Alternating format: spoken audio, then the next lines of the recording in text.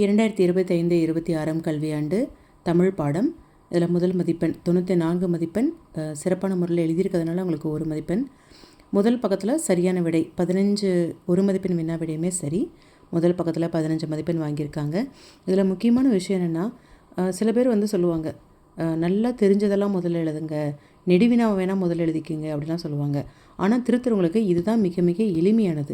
எடுத்தோன்னே ஒரு 1 மார்க் இப்படி இருந்துச்சுன்னா அப்படியே டிக் போட்டுட்டு வேகமாக அந்த 15 மார்க் போடும்போது அதுதான் ரொம்ப எளிமையான முறையில் இருக்கணும். அப்போ திருத்துறதுக்கு எதெல்லாம் எளிமையாக இருக்கோ நம்ம அந்த மாதிரிலாம் நம்ம பேப்பரை சரி பண்ணி வச்சுக்கணும். பகுதி 2 பிரிவு 1 முதல் இந்த பக்கம் முழுதில் 4 2 மதிப்பெண் வினாக்களுமே எழுதியிருக்காங்க. அடுத்து இந்த படிவம் சிறப்பான முறையில் பிழையெல்லாம் எதுவும் இல்லாமல் எழுதியிருக்காங்க. பகுதி பிரிவு 2 5 2 மதிப்பெண் வினாக்கள் இதுவும் மிகச்சரியான முறையில் எழுதி 10 மதிப்பெண்கள் ஒரே பக்கத்தில் எடுத்துட்டாங்க. பகுதி 3 பிரிவு 1 ஒரே பத்தி. இதில் பார்த்திங்கன்னா வினாலாம் இதுக்கு எழுத தேவையில்லை, ஏன்னா அதெல்லாம் உங்களுக்கு நேரம் தான் ரொம்ப வீணாகும். அதனால் ஆன்னு போட்டு அதுக்கான விடை ஆ அப்படின்னு எழுதி அதுக்கான விடை, அது மாதிரி விடைகள் மட்டும் எழுதினாவே போதும். 31 தமிழ் மொழிக்காக கலைஞர் செய்த சிறப்புகள் முக்கியமான வினா தான், ஆனால் ரொம்ப சிறிய விடையாக இருக்குது. அதுலேயும் ஒரு பிழைன்றதுனால தான் மதிப்பெண் உங்களுக்கு குறைஞ்சிருக்கு. 32 தமிழனை வாழ்த்துவதற்கான காரணங்கள் இதில் சிறப்பான முறையில் எழுதியிருக்காங்க. இது மனப்பாட பகுதிக்கான ஒரு வினா. அதனால் அந்த மனப்பாட பாட்டை இன்னும் ஒரு 2 வரியாவது இந்த இடத்துல எழுதியிருந்தால் இன்னும் ரொம்ப சிறப்பான முறையில் இருந்திருக்கும். 34 காலக்கணிதம். இந்த பாருங்கள், இந்த 34 ஆ காலக்கணிதம் அல்லது ஆ இன்னொரு பாட்டு கேட்டிருப்பாங்க. ஸோ இந்த ஆங்கிற ஆப்ஷன் எல்லாமே இந்த மார்ஜினுக்குள்ளே தான் எழுதணும். மார்ஜினுக்கு வெளியில் இந்த இடத்துல எதுவுமே எழுதக்கூடாது. வினா எண் மட்டும்தான் எழுதணும், மதிப்பெண் மட்டும்தான் அதில் இருக்கணும், வேறு எதுவுமே இங்கே போடக்கூடாது. இந்த ஆங்கிற ஆப்ஷனோ இல்லை இந்த மாதிரி ஸ்டாரோ இது எல்லாமே இது போல் மார்ஜினுக்கு உள்ளே மட்டும்தான் போடணும். அடுத்து பிரிவு 3 சிறப்பான முறையில் எழுதியிருக்காங்க. 36 அதே போல் தான். இங்கே பாருங்க 5 சொற்கள் தான் அதுக்கானது தான். ஆனால் அது எப்படி நீட்டாக ஒரு பக்கம் முழுக்க தேவையில்லாமல் ரொம்ப இடத்த எடுத்துக்கிட்டாங்க அப்படிங்கிற மாதிரிலாம் இல்லை. இந்த கேள்விக்கான பதில் இந்த ஒரு பக்கம் சரியான முறையில் பயன்படுத்தியிருக்காங்க அப்படிங்கிற மாதிரி தான் இருக்குது. அடுத்து பகுதி 4 38வது கேள்வி திருக்குறள் தான் வரும். நம்ம பார்த்தோம் விண்ணத்தல் வடிவமைப்பில். அதே போல் திருக்குறள் வந்திருக்கு. திருக்குறள்லாம் குறள் எழுதியிருக்காங்க. அதுக்கு ஒரு பக்க தலைப்பு போட்டு அந்த குறளை எழுதி அதுக்கான விளக்கம் எழுதியிருக்காங்க. ஸோ இது ரொம்ப எளிமையாக மதிப்பெண் வாங்குறது இந்த இடம்தான். அடுத்து 39 பார்த்திங்கன்னா கடிதம். இது அலுவலக கடிதம். அதனால் நம்ம ஏற்கனவே சொல்லியிருக்கோம், மேக்ஸ் மாதிரி ஸ்டெப் பை ஸ்டெப்பாக மார்க்கெலாம் வர்றது இந்த அலுவலக கடிதம் தான். அனுப்புனருக்கு தனி மதிப்பெண், பெறுநருக்கு தனி, ஐயா, பொருள், வணக்கம், இப்படிக்கு, இடம், நாள், உரிமையில் முகவரி, பெறுநர், இந்த மாதிரிலாம் ஒவ்வொன்றுக்கும் தனித்தனியாக மதிப்பெண் இருக்குது. அதனால் உறவுமுறை கடிதத்தை விட இது போன்ற அலுவலக கடிதம் எழுதுறது தான் சரி, அதுதான் சிறப்பானதாக இருக்கும். காட்சி கண்டு கவனம் எழுதுக, நிற்காதற்கத்தக சிறப்பாக எழுதியிருக்காங்க.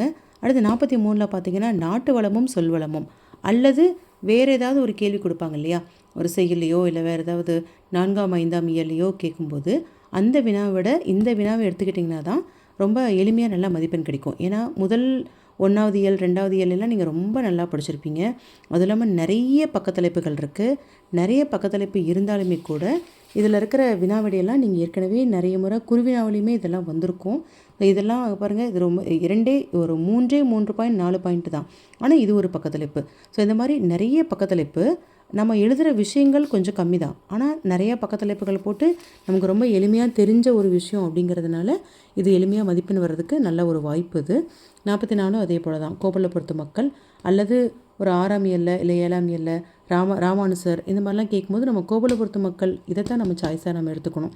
ஸோ குறிப்பு சட்டகம்லாம் போட்டு பக்கத்தலைப்புகள்லாம் ரொம்ப தெளிவாக நல்லா எழுதியிருக்காங்க. அந்த கதையை சிறப்பாக எழுதியிருக்காங்க. அதனால் 7.5 மதிப்பெண்கள். 45 கடைசி வினாவானது கலைத்திருவிழா. இதில் அதே போல் பக்கத்தலைப்புகள்லாம் அழகாக பாக்ஸ்லாம் போட்டு எழுதியிருக்காங்க. இதுக்கெல்லாம் ரொம்ப நிறைய டிசைன்லாம் போடணும் அப்படிங்கிறதுலாம் எதுவுமே கிடையாது. நமக்கு நீட்டாக தெளிவான முறையில் பக்கத்தலைப்புகள்லாம் போட்டு குறிப்பு சட்டகம் எழுதியிருக்காங்களா அதுதான் நம்ம பார்க்கணும். கலைத்திறனுடைய நோக்கம் அப்படின்னு பக்கத்தலைப்புகள் போட்டு ரொம்ப சிறப்பான முறையில் எழுதியிருக்காங்க, ரொம்ப நல்லா எழுதியிருக்காங்க. ஆனால் கடைசியில் ஒரு 2-3 பிழை வந்துருச்சு, அதனால் மதிப்பெண் குறைஞ்சிருச்சு. நம்ம எழுதுகிற இந்த விடைத்தாளோட கடைசியில் கொஞ்சம் பிழையெல்லாம் இல்லாமல் இருக்கிற மாதிரி நம்ம பார்த்துக்கணும். சிறப்பான முறையில் ப்ரெசன்டேஷன் நல்லா இருக்கணும். அந்த விடைத்தாள் எப்படி நம்ம கொடுக்குறோம், எப்படி நம்ம விடை எழுதுகிறோம் அப்படிங்கிறத பொறுத்து தான் நம்ம விடைத்தாள் மதிப்பீடு செய்வாங்க. 90 மதிப்பெண்களுக்கு மேலே போகும்போதே தெரியும் திருத்துறவங்களுக்கு, சரி 90 மதிப்பெண்கள் மேலே வரும் அப்படிங்கிற மாதிரி தெரியும். அதனால் கடைசி நெடுவினாவெல்லாம் நல்லாவே ஒற்றுப்பிழை பார்ப்பாங்க. நம்ம ஆரம்பத்தில் பிழை வந்து 1, 2 இருந்தாலும் ஒரு ஒரு 2 பிழை இருந்தால் அதுக்கு மதிப்பெண் அரை மதிப்பெண் குறைக்கிறதுக்கெலாம் வாய்ப்பு இருக்குது. ஆனால் நெடுவினாவை பொறுத்த வரைக்கும் கடைசியில் ஆக ஆக இவ்வளோ மதிப்பெண் நீங்கள் வாங்குவீங்கங்கிறது திருத்துறவங்களுக்கே தெரியும். அதனால் நெடுவினாவில் தானாகவே அந்த ஒற்றுப்பிழையெல்லாம் வந்துட்டு நல்லாவே பார்ப்பாங்க. அதனால் நெடுவினாவை பொறுத்த வரைக்கும் அதுவும் பொதுக்கட்டுரையிலலாம் மிக சிறப்பான முறையில் பயிற்சி எடுத்துடுவாங்க. நல்ல முறையில் அந்த தேர்வை வந்து பொதுத் தேர்வு எழுதணும். எல்லோரும் நல்ல மதிப்பெண்கள் எடுக்கிறதுக்கு வாழ்த்துக்கள்.